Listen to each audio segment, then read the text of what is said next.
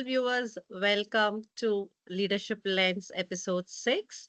And I'm very, very happy to have Dilshad here, a very, very vibrant and dynamic lady, I would say, I have met in the recent times. We happened to meet in one of the uh, you know, uh, world record event that had happened with in coincidence with the Women's Day.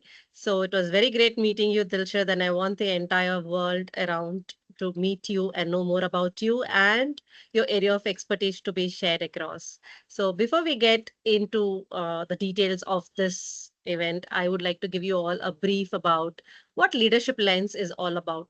We all know that leadership is no longer defined by hierarchy or job descriptions or the titles printed on the business cards. It's like more of the vision, the influence, courage, and the ability to inspire people to perform beyond expectations. The trend being, the intentional leadership is ruling. So I think as we evolve, we would definitely advance beyond intentional leadership as well. So in this Leadership Lens podcast, we would like to focus on the mindset, the people strategy, the organizational culture, the future ready leadership practices, and how to build resilient and high performing teams, and how to navigate complexity with clarity and confidence. And in this podcast, we would like to attract and retain the right talent, how to build cultures, and have the kind of trust and engagement that every employee would look in an organization, how to manage the hybrid and distributed teams, how are we to adapt in the ever evolving AI driven the technological drive that is going around, and how to prepare leaders who can guide the organizations through uncertainty. And there are various other topics that Leadership Lens is focusing about. So on one such topic is the DEI, which I think had been on the table for almost 4 5 years, very strong on the table, and it still has its seat, should I say, as at the head of the table or at the right of the head of the table. So let us have Dilshad here talk about it. But before we get much deeper into the thought, let us have a small video on Dilshad.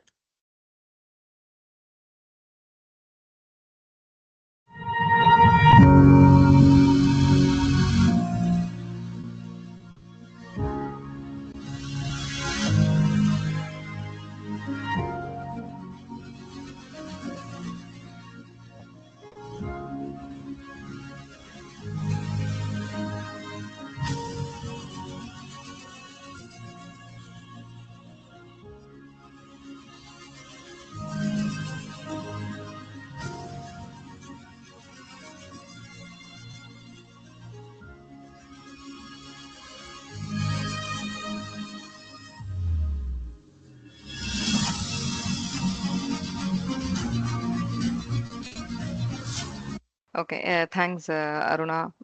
Thank you so much, Sapient HR, for this opportunity under this series.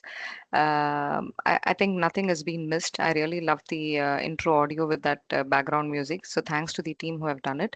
Only one thing which is missed is that they've not mentioned that I'm the current chair for CI Ivan for the Chennai zone. So that is the only thing. But otherwise, I think it's all good.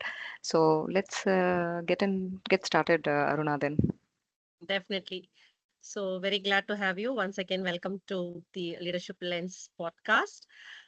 As we all know that you are a DEI specialist. Okay, so from you, we would like to hear, you know, we have had textual explanations and definitions given for what DEI stands for and what diversity, equity, and inclusion actually means. But from your personal experience and having been through different organizational experience, I would like to hear from you what DEI is all about. Okay. Thank you so much for that question, Aruna, for starting off.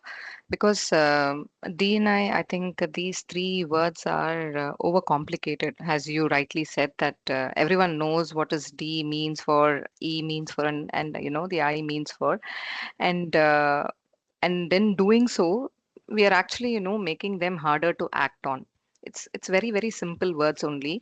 So for me, accordingly, diversity is the mix. Like for example, every visible and the invisible differences that people bring into the room. It can be gender, it can be ethnicity, it can be age, it can be the disability part of it, or it can be the neurodiversity or the social economic background as well.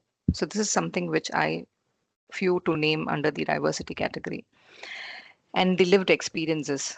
So it is the fact that no two people are identical, and there is a a feature, and it's not a bug. We need to Mm, accept that.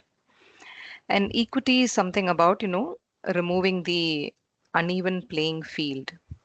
Like, mm, it's asking, does everyone have what they specifically need to succeed? Because my success is different from yours, right? It's not the same thing. So do we have that right thing for their situation? That is what equity is all about. And inclusion. This is something which I feel more passionate about, because my current role is, more attached to this inclusion part of it. Is about where people can actually show up whole. Do they mhm, feel safe enough to speak, to disagree, to bring an idea, to say that I'm struggling, can you support me? Because you have a diverse room and still have people who feel completely invisible. It happens, right? mm, So, in today's organizational context, I would like to add a fourth dimension to it that doesn't always get talked about, which is mm. called belonging. Wow. So, that's the emotional outcome of getting the DNI right. And belonging is something you feel, not something you can put it on a poster. So, for me, DNI means this in the simple words. Well said. I was actually about to ask you as a fall. I mean, the next is like we had DEI walk the ramp, and somewhere in between, belonging joined, and suddenly the belonging again stepped down from the ramp, and we again only have the DEI, and this belonging has become part of inclusion. So why do you think that belonging suddenly came and suddenly went away, and how it became part of it? Like, in what scenario did the corporate world, think that, oh, belonging is something to do with inclusivity and not it is a separate trait or parameter to be considered in this DEI? Okay, see, why it is even more, relating to inclusion is because the other two parameters are somewhere people are trying to, or they have already made a mark as such, like predominantly if you take in the Indian context. Mm, But in the inclusion part of it, we are still a taboo, at least in the Indian context to it, right? So we still have PWD candidates who are still struggling, and it is mm, not in a smaller number, but it's in a bigger number, like, almost like 1.2 to 2.5 billion people under PWD are all educated, but they are still not having that right access to work as such, the corporate part of it. mm, So mm, that mm. is where, if you see that last 5 to 10 years, maybe, predominantly the last 5 years, where we are talking more about the inclusion part of it, Inclusion. where that brings a different thing. Because another one from the business term, if you see that it is the untapped talent pool where the Indian market is trying to capture after the Mm, Gen Z workforce as such, workforce. where they can bring in the diverse thing, innovation, and your profits and productivity is just gonna go up. And we have experienced that in our organization, and I'm sure the other organizations are also, experiencing that. So that Experiencing. is where they want to protect that community and that space which has been given to them, and that is Mm, where suddenly you feel that the belonging is, I mean, consciously, tagged to the inclusion part of it. okay. Good. Thanks for that. Very clear information on how belonging has become a part of inclusion. And with DEI, what do you think has changed the facet of? It's good to have a DEI in an organization to being part of the critical planning of a business. So honestly, do you think that it is still, we are somewhere moved from good to have to business critical? No, because the data, whatever we see in the, in the net, is still discomforting. For years, if you see, if you take DNI, so it is still, Okay. it sat in the bucket called need to, nice to do, or good to be in the mark, or it's just a tick box Mm, and whatever you call it. It was a value conversation. But then the research started, piling up. For example, from McKinsey, from Deloitte, and Harvard Business Review, all study shows that diverse team makes better decision. So these studies had made the organization put an extra pressure that inclusion culture have, lower attrition rate. They also make better decisions, and the companies with more women in leadership outperform their peer financially. But there are Mm. also talent which are really that the organization simply can't ignore anymore. I'm talking about the today generation, the current generation has such, because the workforce is changing. It's all Gen Z, the fastest Yeah. growing segment of employees, right? And they are walking into an interview asking about your DNI track. If you see the Mm. Gen Zs, they come to the interview much prepared than you are, prepared to ask them questions. They look at your culture. They go Mm. to the ambition box. They go to the glass doors to check out your company culture. How is it? The rating Mm. part of it. So all these things before accepting an offer or before even accepting the interview, I would say. Interview. So if your answer doesn't hold up to, then they are choosing someone else. And then there's a risk, Yeah. right? So the Mm. regulatory pressure is actually increasing globally where the employees are more vocal. So we should Mm. thank the platforms like, the Glassdoor and LinkedIn, where your culture is a public document now. So Yeah. whatever you say, you'll have to either publish it, or if you don't, then there's a gap. Mm. So I think DNI went from being value conversation to a strategy, risk, and the talent conversation, and that is where it becomes, business critical. When you keep So it very open, then it is a business critical kind of thing. okay, so it's more so become the it's like walk the talk. You practice what Absolutely, you are going absolutely. to preach to the people.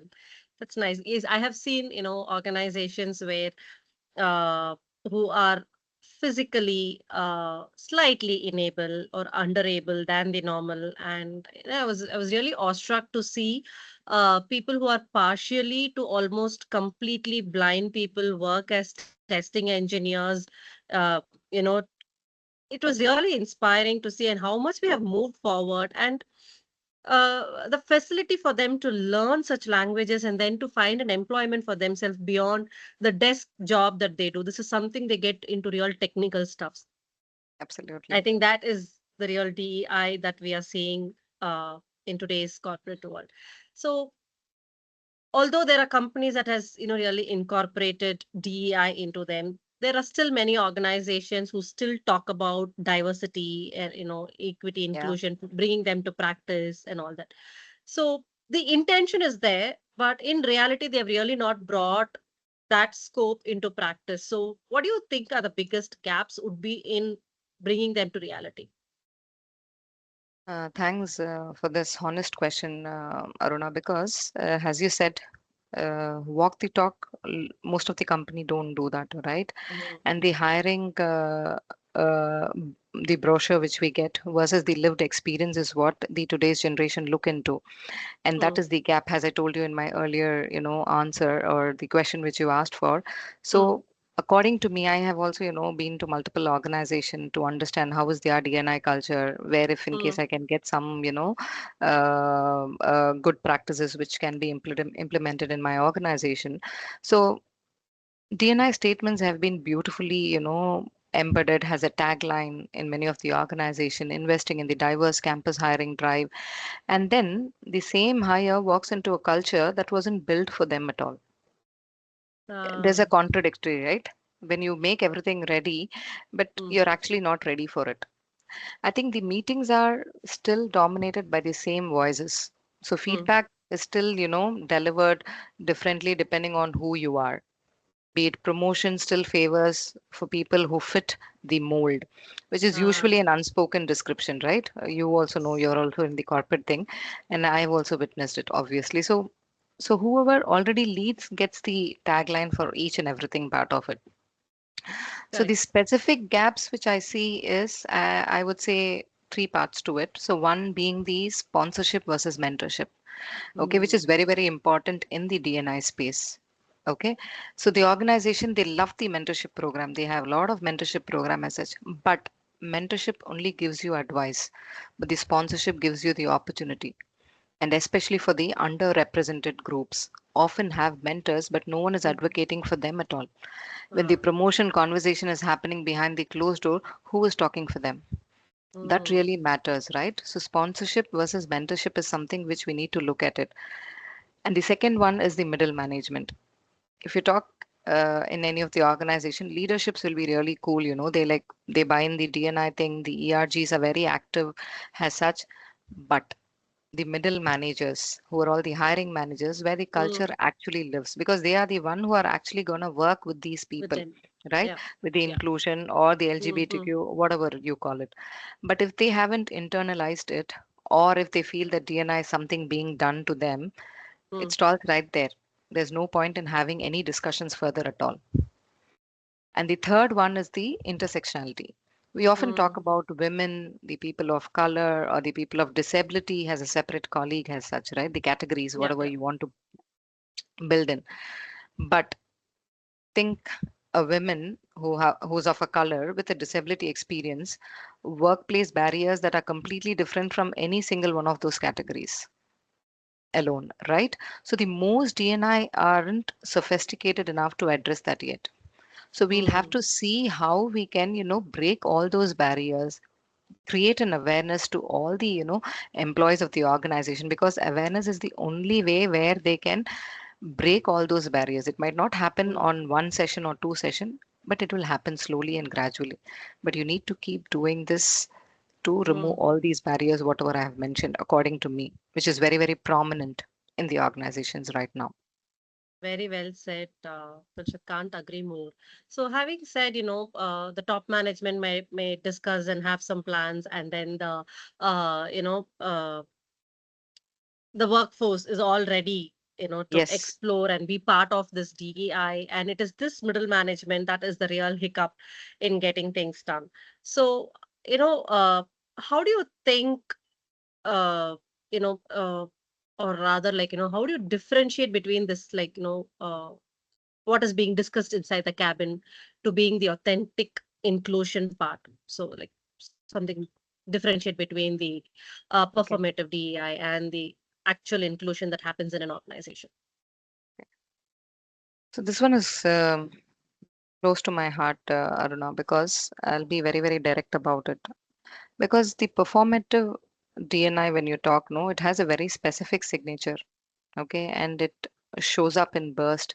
A post on International Women's Day, a panel during June Mm, month on LGBTQ Pride month, yeah. sorry, and a statement from a social justice movement in the news as such. And then, if you see after that, if you take during the women's month March and Mm, June, if you go to any vendors for any programs or anything, no, mm, they are quite occupied, because that is the only month they are busy, and after that no one even cares to look at it at yes. all. Okay, now it is reactive and it is not structural at all. Now when you Mm, talk about the authentic inclusion part of it, on the other hand, it is boring but in the best possible way, and it is embedded in your process. It is how you write your job descriptions, which currently Grundfos does, and mm, how you structure the interviews. So before we align with the PWD candidate, we also mm, have a small training session with our interviewer on what the disability is and how we train them to mm, interact with them as such. Okay, mm, mm, and mm, the next one, how you also calibrate the performance reviews. We also tell them, depending on their disability, that hey, you cannot assess them for the 100%. You need to only assess them on 50 or 60%, depending on their disability, whichever we are hiring into. And how you decide who gets visibility in the town hall. mm, We have mm, an hearing impaired colleague who cannot talk well. mm, He had attended the first town hall after he joined. We made him to sit right in the front row, which is generally for mm. the leaders, so that Leaders. he gets the clear vision of the people who are talking in front of him. And of course, he uses his hearing aid, so he can also listen. And if in case he has any questions, he can ask. So I think these are some of the things, which shows, or, a question which I always ask, in the organization, what change when the Uh, cameras are off, right? So we don't do it for the sake of doing it, but we need to see that how can you make the same conversation in the, public as well. Whatever you do uh, it in the private space or in the, boardrooms as well. And are people from underrepresented group being invited into decision making rooms? We need to think. We also give a space in our organization to talk in the meetings. Uh, So first we invite that person, PWD candidate, to share his views and thoughts about, what's going on in the room. So that is something which we need to encourage. That is mm-hmm, where I think, and we also need to acknowledge on whatever they are saying. If, for example, if you see, I'm not only talking about the inclusion part of it. If you see someone in the boardroom or in any meetings where one person is not at all talking, why don't you invite him to talk? Hey, uh, I think you're thinking about some ideas, so maybe you can just share. Why mm-hmm. don't you invite him or her to just share whatever they are thinking, what is running in their mind? How many of them are doing as leaders? And are we willing to measure the uncomfortable stuff as leaders or the hiring managers? Are we Yeah. doing that really? We need to think. So if you're only measuring what makes look good, then I don't think that's performative. It's if you're only willing to look at the data that challenges you, that is Mm. authentic. To find out the real gap and then work on it and give that space to those individuals as well. So it's more so like, standing in their shoes and then thinking what has to be done. And I know 100% we cannot behave or think as them because we are not them. All that we can do is just do our best by planning what can be done for them, what is required for them. And I Exactly. think at every opportunity that we have from an organization perspective, I think on priority we'll have to keep these folks first Absolutely. and When then there's a plan for meeting, the yes, rest. yes, what you said is absolutely right. So whenever there's a meeting, first think about these people. How are they going to attend the meeting? Do we have a ramp? Or whether the first space should be given to them. So yes, To that them. that is where they starts. It starts, the actual DNI starts from there. I think attention to details. What is the minimal percentage of, uh, uh, should I say, the community or the set of people they get the major attention first. So that's Well, nice. Yeah, yes, I would not say attention, but just taking them into also account, I would say. consideration. Yeah, Yes, taking into consideration. consideration. Absolutely. Yes. So having seen about inclusion and all that, let us slowly move towards uh, equality and equity. Yeah. Okay.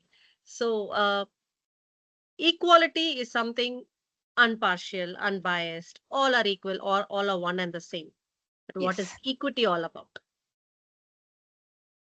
How So, equity is differentiated from equality and how both of them don't share the same seat? right. Or how do they share? However you want to put it.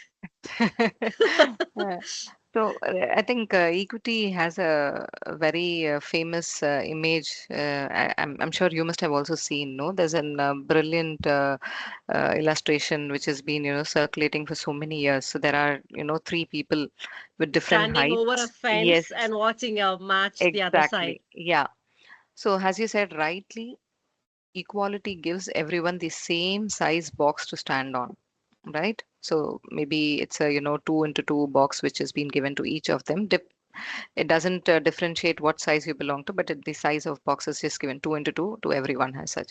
So equity is something where each person, okay, it gives the each person the box they need to see over that fence. The same So for view. example, yes, for the same view. For example, in the workplace settings, if you take, equality says everyone gets the same onboarding program, the same performance review template, or same access to the training. That is called equality. But equity says that if a new hire, example, he's a single parent and she has the same ability to attend the 7 p.m. Networking event, or someone without those responsibility, or a neurodivergent employee who is thriving in the same kind of open plan. No, Hmm. he's not good at this meeting culture as such, because neurodivergent, they are generally they don't like meeting people at all. So that one. So does all these fit? No, right? So equity is all about designing for the exception, not just as the average, but when you design for the exception, you offer, improve things for everyone.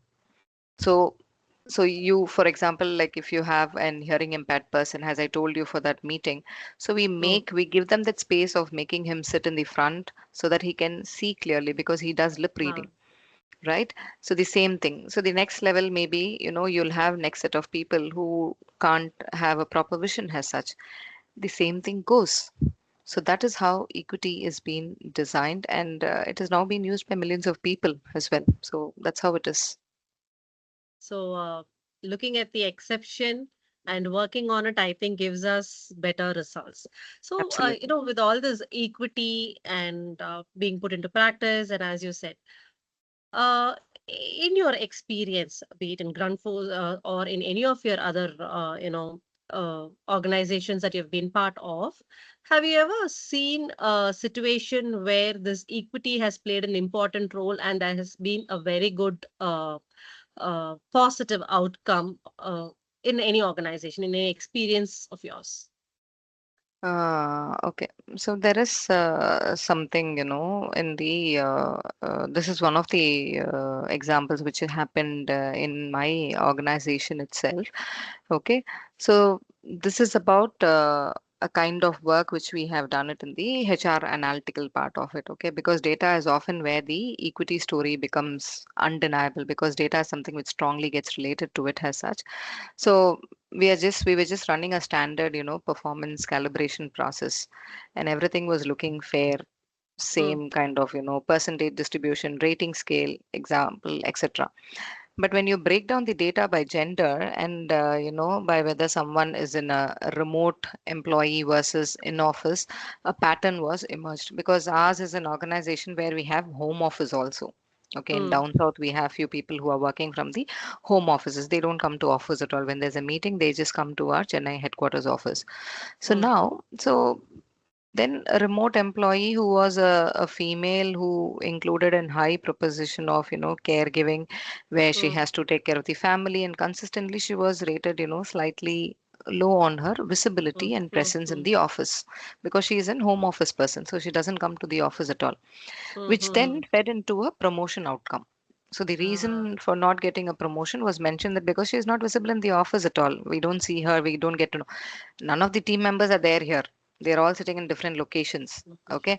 It is just that the local people are not able to view her as such, as was the thing. And this has been fed into the promotion. Now, here's the thing, that no one was being intentionally biased here, right? No one doesn't want to give her a promotion. But the criteria were built for the ways of working that didn't account for that factor, right? Generally, now if you see the IT industry, they are calling back all the people to come to the office, because it is that's how it has been built, right? They need to have that social, belongingness. They need to see work with the team so that they can work together, whatever, blah blah blah. So now when you look at these kind of thing, the criteria which were certainly built for the ways of working, that did not account for the fact that some people were working from home out of necessity, but not lack of any ambition as such. So applying an equity lens meant asking, are these criteria actually measuring their performance? Because she is really doing well. She has no issues at all. It is just that she is not coming to office. And are they measuring on the proximity? Right? So once that question was on the table, the organization redesigned the performance criteria, removed the subjective matter of this visibility marker, and within two promotion cycle, the gap is outcome has been measured, measurably, it has been narrowed. So that is what an equity lens does, and it asks who does the system disadvantage and why. This is only one of the example, but whenever there's a policy or whenever there is some kind of an criteria which is hitting an individual or an employee in the organization, we'll have to put it in this lens and then see how it works. And if you get an answer, well and good. If you don't, then rework on it and see that who the system is disadvantaging and why. so, uh, just give me a minute. Sure, sure, sure.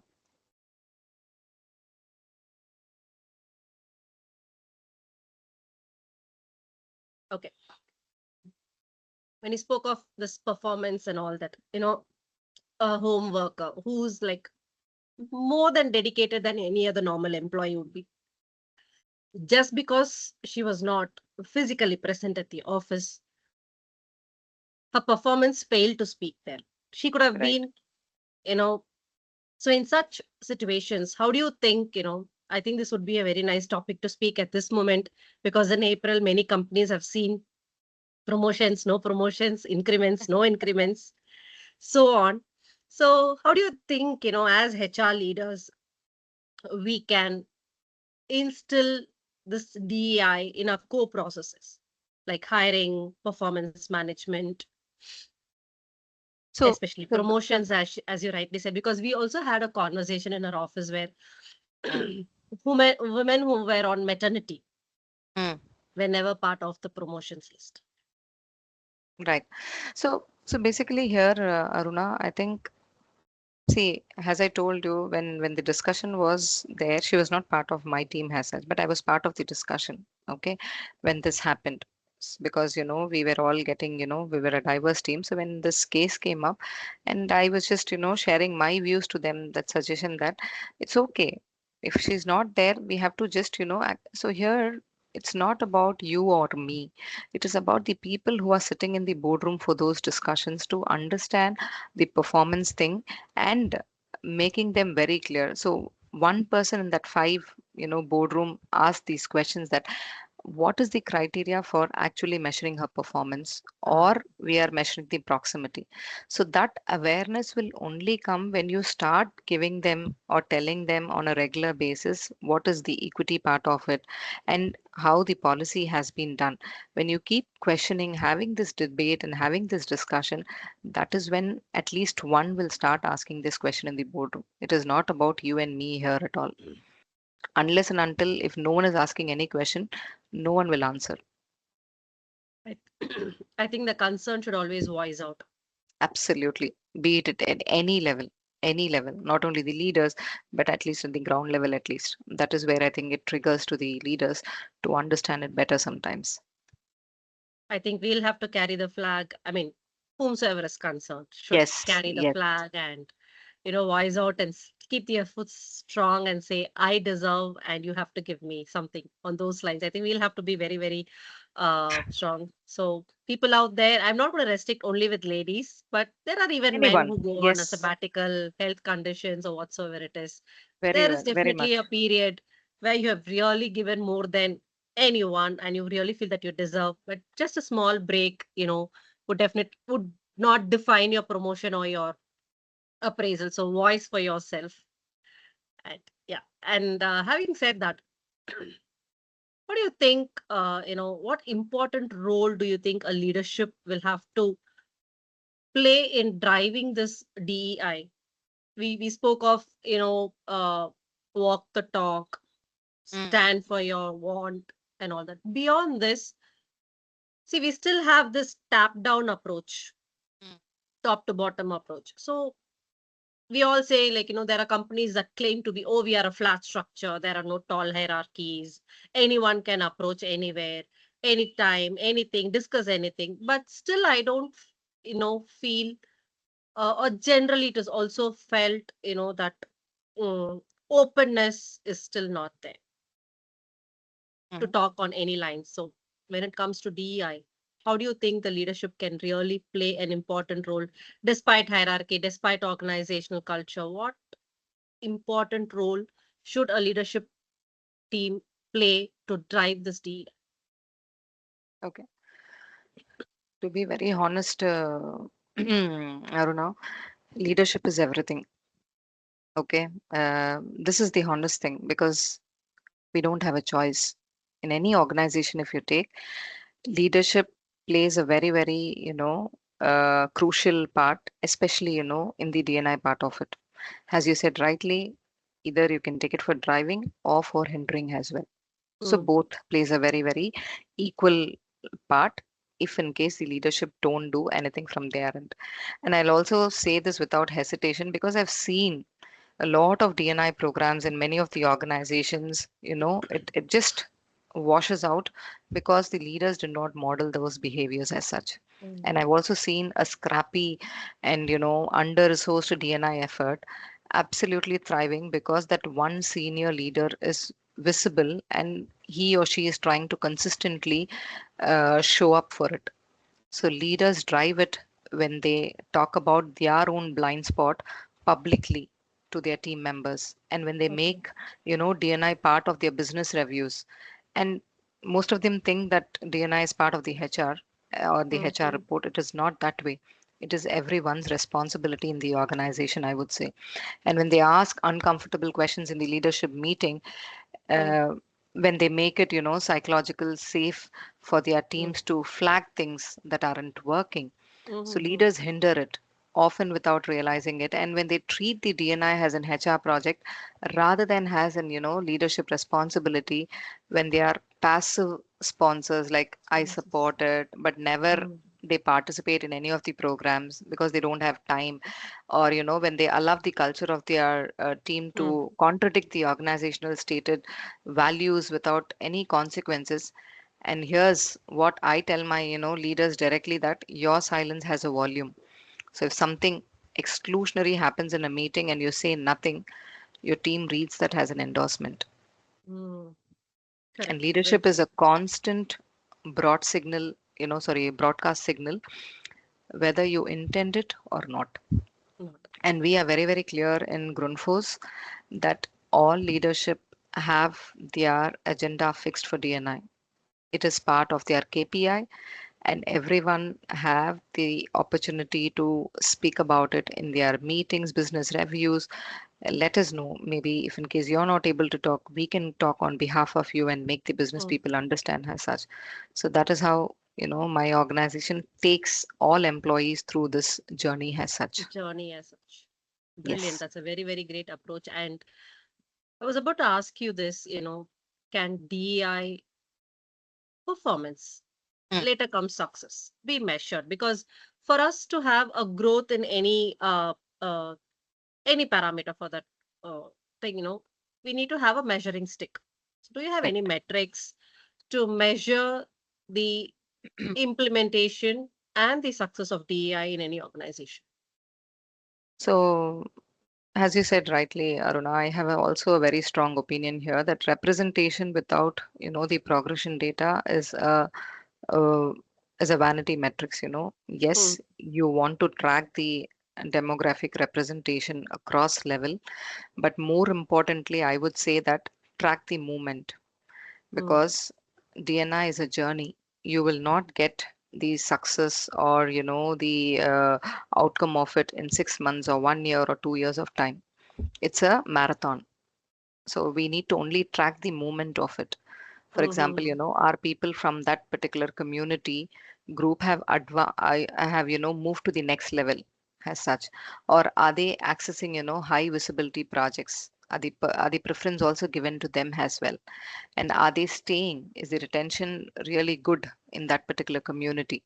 And the metrics I care about the most is the promotion rate by the demographic as such. Like, like if you take, broken down meaningfully, not just women versus men, but also, the other, normal people with the PWD candidates as well. Because they are two different individuals as well. As I told you, they'll be, rated 100% on their performance, but they cannot be rated on 100% on their performance because of their disability.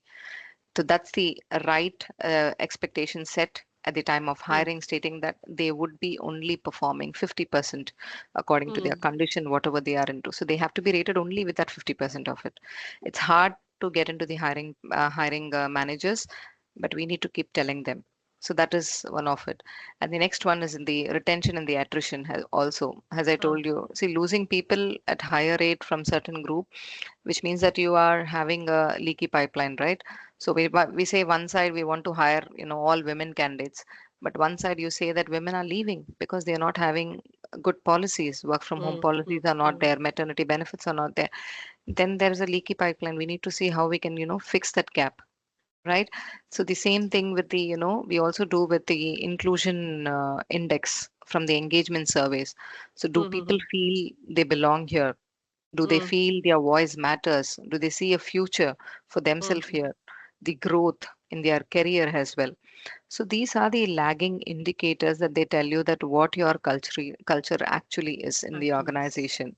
And now what you say is, and now what you say it is. So you need to just deep dive into these surveys to understand where you Hmm. stand as an organization and where you can bridge the gap. Bridge the gap. And Another one is the psychological safety scores. That is also something which I think every organization have to take a deeper and more sophisticated manner, because does the team feel safe to speak up? This is the soil condition for everything else to grow, Mm-hmm. especially with the Gen Zs around, the workforce. This is something which they really look forward to in an organization. And slice everything, whatever small part of your survey is there, please deep dive into everything. And a 90% engagement score hides a Mm-hmm. 60% score from one group buried inside it. So you need to deep dive, discuss, and understand, read between the whatever surveys you do. Those are some of the measures which, as an organization, we also follow. And I also see that most of the organization also heavily depend on this. Well said. I think you have very clearly explained how to take it. It's like where you started, how you progressed, and where you are now. So I think that in itself, monitoring the process of progress will itself tell us, are we on the road to success, or we still have to, work on more to get on to the first step of success. So well explained, Dilshad. So at the beginning of this podcast, we did discuss about this Mm. belongingness. See, Yeah, gone are the days where people had not crossed geographies, not right. boundaries. There were only this kind of central government employees or bank employees who got transferred. They moved to a different city, district. That itself was a big thing. That those are gone by days. And then we had people moving to different countries. Yeah, And now you can see every nook and corner we have a diverse sect of people, a correct. complete mixture of culture and ethnicity doing this grounds. Mm. In such scenario, okay, so how do you uh, you know how would you like to express or tell us to make uh, belonging very effective, bring a sense of belonging at work, create a culture of belonging at work? Okay. Um, as you said, Aruna, rightly, there are, we have evolved as a country, an organization, as an individual for so many years on DNI part of it. If you look back 10 years, 10 years back, with the DNI part of it was just booming, where everyone just thought that we need to just do some activities in a year, some 2 3 activities on DNI, and we are done for it, right? Hmm, But hmm, hmm, now for the last 5 years, we are very focusedly approaching for this particular piece of DNI, and especially the belonging part of it, which is linked to inclusion. So hmm, belonging hmm. is actually built in very very small moments, I would say, not any grand gestures at all. And that's actually a good news, right? Because people believe in doing bigger things, right? When Yeah. you see some big things, they're like, oh my god, it's very nice, we need to do this. So no, only small moments, as I told you, and that's a good news for everyone, because it means that everyone can contribute to it. Not only you and me, whoever is listening to this podcast can also contribute.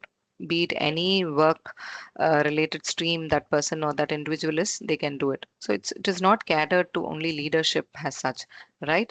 And practical things, that matter is remembering and correctly, pronouncing someone's name. It Ah. sounds small, right? But it isn't, because I had this own issue, no, when people call me Dilshad, Dilshad, Dilisha, I feel really, upset about it. I mean, not now, but Initially, earlier. yeah. Earlier, when I stepped into corporate, they don't know how to pronounce my name, so they used to pronounce it really wrong way and all those things, which I really don't like. So it's a small thing from the outside perspective, but for me, it's my identity, right? Very personal, yeah. So yeah, I need my name to be pronounced it really well. Of course, pronunciation I don't expect, but at least they call it whatever has been written. So that is something which is, I look forward to. Not only me. Then I got to understand that, oh my God, this is not only my problem. Most of them, that is where when you move to other countries, they are very very particular about how they pronounce their name, whether they have to be addressed by their first name or their last name or their middle name, right? So that is something which is belonging, I would say. Belonging. And for someone, creating the space in meetings where people who haven't spoken, I think I already told, are actively invited in. Not, just for the sake of inviting them, but mm, genuinely you are inviting. Hey, Aruna, I think you have worked on a similar thing. So can you read about this, or can you just share your, your views on this, just casually, so that the people also, the person whom you're talking to also feels that, hey, he's really, genuinely asking me something. So he will try to at least open up, mm. right? True. And building rituals, that celebrates the diverse experience, not just the food festivals and the flag days, but by actual, storytelling. Like what Mm, shaped you and what do you bring to this team that it wouldn't have without you. mm, I think these are some of the things which really matters and where you really connect with them, right? So that is something where the belonging really starts. And the psychological safety practices, like, normalizing, I don't know, I made a mistake. mm, Because I get this, when I talk to all the hiring managers, they just openly tell it to me. Dilshad, I don't know how to interact with an LGBTQ or an PWD person. Could you please help me? mm, It's like, mm. yeah, why not? So, so these are the some things where, give everyone else the permission to be as a human. You Ah, don't judge them. You don't, assume as such, because there are a lot of assumptions around the PWD candidates also. Okay, if you see a blind, a visually impaired person, what do you do generally? You just go, hold his hand. You don't have to do that. He has his own stick.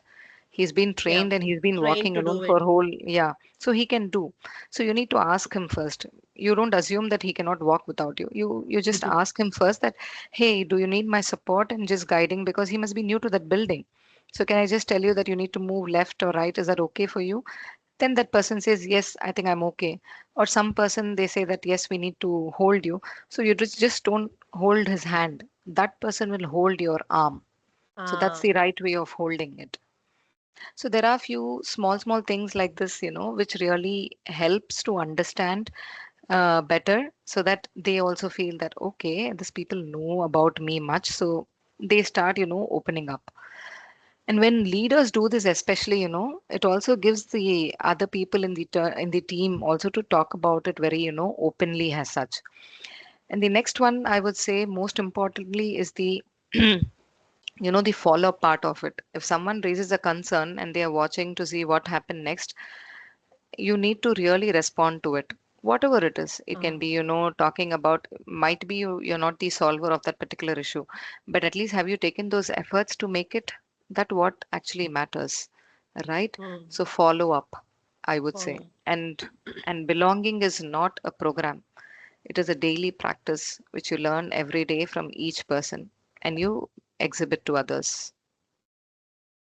Right. I think it basically starts from asking how should I pronounce your name, Yeah. to knowing the culture of from what culture they have come, and help them shed their inhibitions, so they feel belonging Yes. to the current place. It's like, I could only relate to the newly married girls going to their mother-in-law's house and get the sense of belonging with both girls on the screen this side and that side. I think that is one best example I can give, to get a sense of belonging, to feel accepted, shed our inhibitions, feel free, and all of those things. I think Hopefully.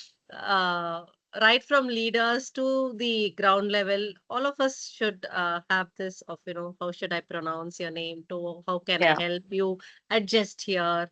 So, are you shy about anything? So, do you want to know?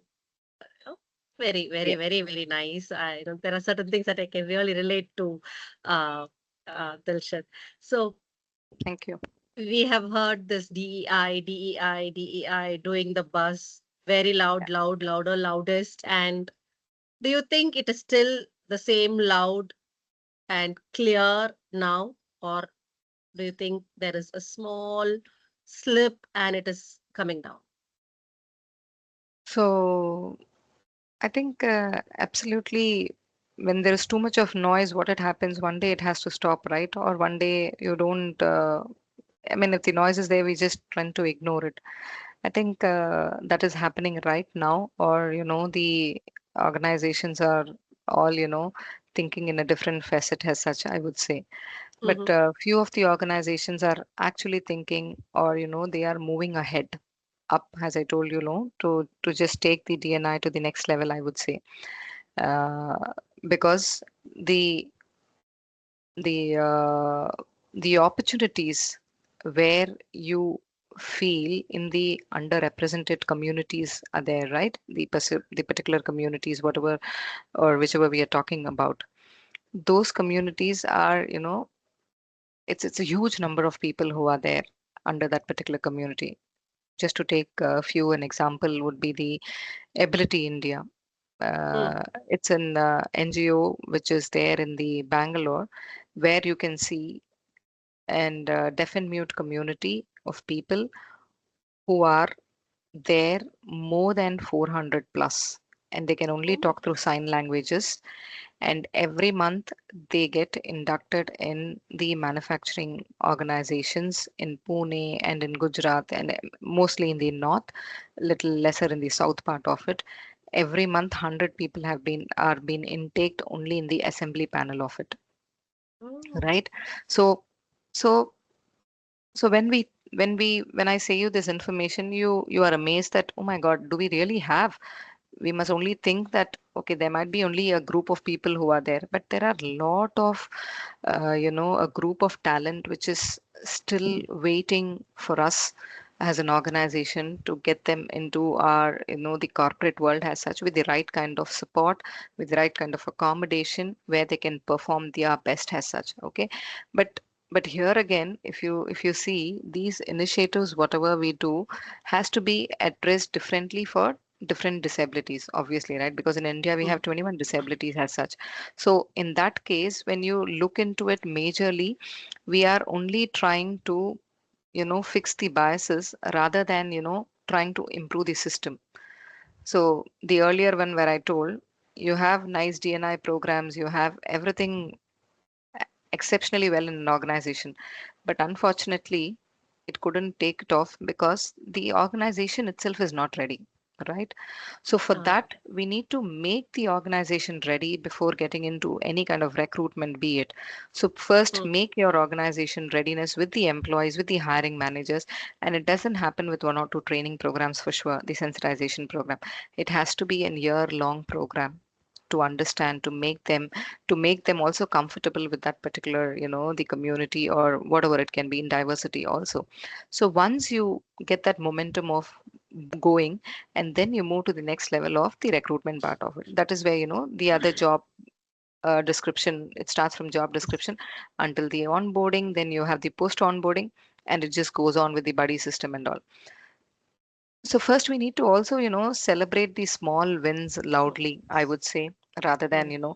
wait for that one big win at the end, that, hey, did we achieve this at the year end when we started in the January? Have we done something in the December? It will not work out that way in DNI. The Yeah. small win, if two or three employees in the organization openly they are talking about a disability, that hey, I Mm. think I have an ADHD, or I have an OCD, I think I have to go and get it, certified. Mm. Mm. That itself is a small win for an organization, where they feel safe to talk to Mm. another colleague of it, where he also thinks that it is normal, right? So that's how the Correct. conversation should be. So that is something which I would say. And of course, as I told from the beginning, that DNI is not HR's responsibility at all. It is everyone's responsibility, so that Response. no one, gets burnt out carrying Mm. it alone, be it the HR or the leadership or the, the board of directors. No, it is for the A shared everyone. responsibility. Absolutely. Right. So, at the end of a very, very insightful session, Dilshad, what would be your message to leaders who are on the verge of, or rather, who are standing at the fence of implementing DEI in their organization? Okay. I would say defense is already a decision here. So every Uh, day you wait, your culture is being built by default, right? Correct. And by whoever has the most power, the loudest voice, and the most access, that the DNI outcome. And it is not an intentional one at all. And you don't have to believe that DNI is a moral imperative. Oh. Mm, Yeah, though I would argue it is, but you can believe it is purely a business lever as such. But mm, either ways, the evidence is in, and the mm, talent war is real. I think in the couple of years, you would really see that you'll have a lot of PWD candidates who will be inducted in a lot of the corporates. Majorly, we are working towards this as well.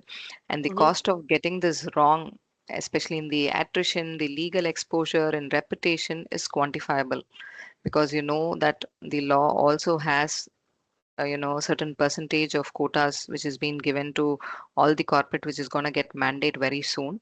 So there, that time it will be a questionable one. And here's what I seen, mm, in my work, in this particular the role whatever I'm into, the organization that commit to this, they just don't become more equitable. They become mm, little smarter, faster, and more adaptable, I would say, because they have unlocked the full intelligence of these people, where not only they are intelligence, whoever always has a seat at the table, right? So when you have only the hiring managers and other people, just imagine another PWD candidates who represent and who comes and sits. Just imagine how that scenario will be. mm, It's so different to think about it, right? And the best example I would say is the Standard Chartered. So Standard Chartered is an organization where you have 300 plus LGBTQ community who is working there, and one of the head mm. is an LGBT guy who is Oh, okay. heading one of the particular division as such. So just imagine he being the head, and we have the other people, like individual like us, who's sitting along with him in the table and having a discussion. How unique it would be, right? So my message here is very, very simple, that you cannot afford to wait for perfect or certain Ah, certainty before acting. So start with a small practice. It can be one small process, and ask one uncomfortable question, as I told you in the beginning, yeah. in any of the leadership meeting, where it makes people think. And belonging, as I told you, it's not a strategy at all. And it is, it begins with the decision that every person in the organization deserves to be seen, heard, and